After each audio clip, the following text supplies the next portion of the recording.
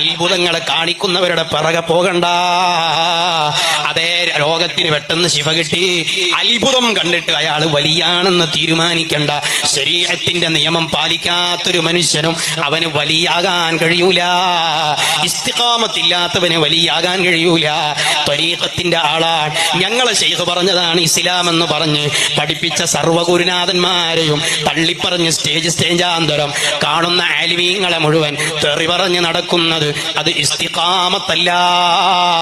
അൽ ഇസ്തിഖാമത്തു, ആ ഇസ്തിഖാമത്ത് എന്ന് പറഞ്ഞാൽ അല്ലാഹു തആല എന്താണോ കൽപ്പിച്ചത് അത് ജീവിതത്തിൽ പകർത്തലാണ്.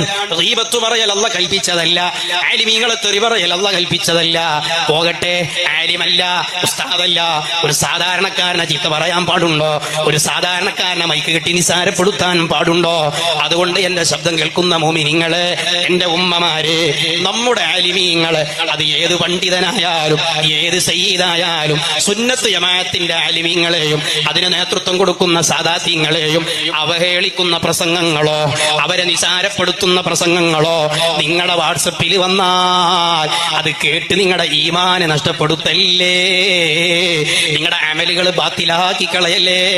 ഗീബത്ത് പറയൽ മാത്രമല്ല കുറ്റം, അത് കേൾക്കലും കുറ്റമാണ്, അത് ഷെയർ ചെയ്യലും കുറ്റമാണ്. ഇസ്തിഖാമത്താണ് നമ്മുടെ ജീവിതത്തിൽ വേണ്ടത്.